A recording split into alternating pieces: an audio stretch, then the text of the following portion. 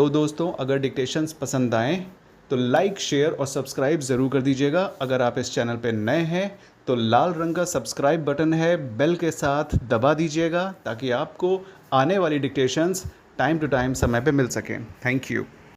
Good evening दोस्तों, short हैंडियंस got it channel पे आपका फिर से स्वागत है। ये ऑडियो ओवरऑल कंक्लूजन के लिए बनाई हुई है, जो कि आज skill test Punjab and Haryana subordinate courts का था। सबसे पहले ये हम कहना चाहेंगे कि जो शुरुआत में जो दो ऑडियो हमने डाली थी स्किल की रिव्यू की, वो कुछ थोड़ी बहुत गलत हो गई, इसलिए क्योंकि मिसकम्युनिकेशन हो गया। अब असल में सीबीटी में हम वहाँ थे, उस जगह प्रेजेंट थे, लेकिन आज के टेस्ट में हम प्रेजेंट नहीं थे, जिसकी वजह से हमें बात करके बात करके हमने पता किया। तो जिन्होंने बताया वो भी स्टूडेंट्स हैं, एग्ज़ाम दे के निकलते हैं। अब एग्ज़ाम देने के बाद क्या मेंटल कंडीशन होती है ये तो आप सबको पता होगी। आज जिन्होंने पहली बार दिया है और जो देते चले आ रहे हैं उनको पता होगा कि एग्ज़ाम जब दे के निकलते हैं तो थोड़ा सा मूड अपसेट रहता है, तकलीफ़ भी होती है, फ्रस्ट्रेशन भी होता है, खुशी भी होती है, दुख भी होता है, सारी चीज़ें होती हैं। उस चीज़ के बीच में अगर कुछ भी आप बात करिए तो उसका थोड़ा बहुत जवाब ऊपर नीचे हो जाता है, तो उसकी वजह से आज का रिव्यू बेकार हो गया। लेकिन हमने अपनी पुरानी वीडियोस में, ऑडियोज़ में ये भी कहा है कि रिव्यूज़ से अपनी ओपिनियन नहीं बनानी चाहिए कभी भी, चाहे किसी का भी रिव्यू हो, हमारा ही क्यों ना हो, किसी और का भी हो। रिव्यूज़ डिसाइड नहीं करते हैं कि आपका होने वाला एग्ज़ाम कैसा होगा। होने वाला एग्ज़ाम अच्छा है, अच्छा होना है या नहीं होना है, ये तो डिपेंड करता है प्रैक्टिस पे और उसी समय जिस समय आप एग्ज़ाम दे रहे होते हो। ठीक है, आपकी पूरी प्रैक्टिस एक रिव्यू ख़राब नहीं कर सकता। समझ रहे हो आप? आपने जो मेहनत लंबे समय से आप कर रहे हो, वो किसी की सिर्फ इतना बोल देने से कि ऐसा नहीं ऐसा आएगा या आया है, तो क्या आप अपनी पूरी ओपिनियन, पूरी मेहनत को दांव पे लगा दोगे?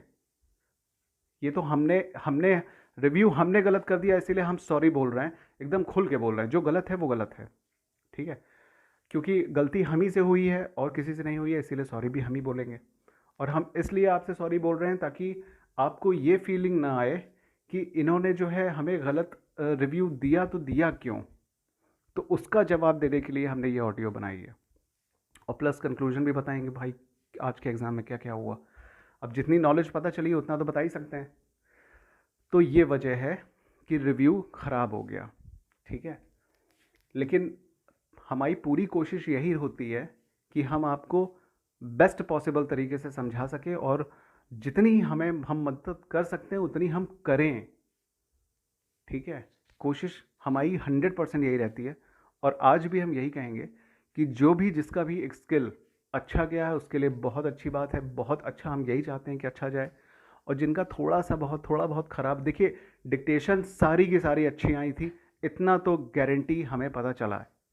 इसलिए क्योंकि कुछ लोग कह रहे हैं कि 90 की स्पीड में डिक्टेशंस हुई थी, और कुछ लोग कह रहे हैं कि 85 तक थी, ठीक है।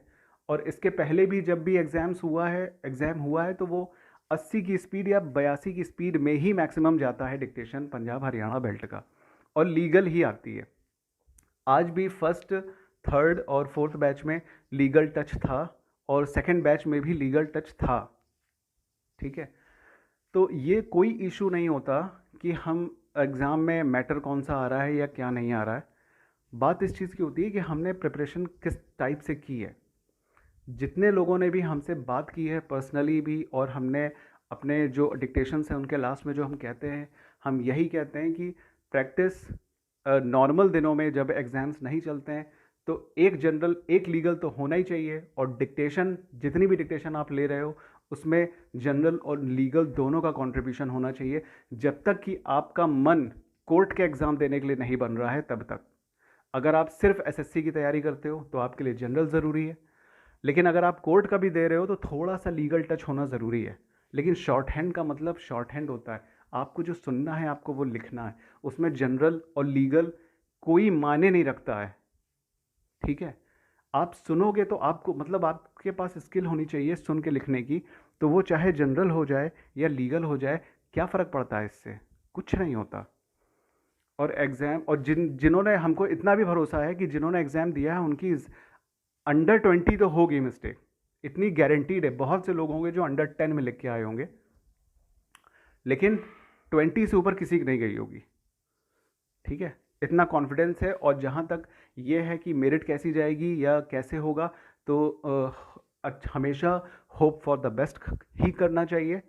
इसके अलावा क्या कहते हैं कि सीनियर स्केल और स्टेनोटाइपिस्ट का एग्ज़ाम है, आपने सीपीटी इसका दे चुके हैं आप, अब दूसरा सीपीटी बचा हुआ है।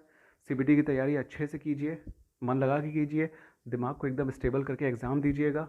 कोई प्रॉब्लम नहीं है कि बैटर कैसा आ रहा है, प्रॉब्लम सिर्फ इस चीज़ की है कि आप कितनी मेहनत कर रहे हो। मेहनत दम जम के करो और दुखी मत हो ज़्यादा दिनों के लिए। अगर दुखी होना भी है, नेचुरल फिनोमेना है इंसान का, दुखी होना है तो 1 या 2 दिन ज़्यादा से ज़्यादा, उसके बाद दुखी मत हो। कोई मतलब नहीं है स्टॉपेज लेने का, आगे बढ़ो और दूसरे एग्ज़ाम की अच्छे से तैयारी करो। 2 दिन से ज़्यादा दुख मत मनाना, हम तो 1 ही दिन कहेंगे। ठीक है, तो चलिए इस ऑडियो को ज़्यादा लंबी तो नहीं करेंगे। एक बार फिर से सॉरी, जो गलत रिव्यू आपके पास आ गया हमारी वजह से। आगे से ऐसी गलती ना नहीं होगी, इसकी हम पूरी कोशिश करेंगे। मतलब ये भी 200% ही कोशिश करेंगे कि ऐसी गलती दोबारा ना हो, और आप अपनी तैयारी को नेक्स्ट लेवल तक पहुंचाइए। जो भी हेल्प हो सकती है हम करेंगे। Thank you so much. अगली डिक्टेशन हमारी अब एनसीईआरटी की आएगी, इसलिए क्योंकि एनसीईआरटी का एग्ज़ाम है और एपीएस की। Thank you so much. Like share subscribe कर दीजिएगा अगर माफ़ कर दिए हो तो। Okay, thank you so much.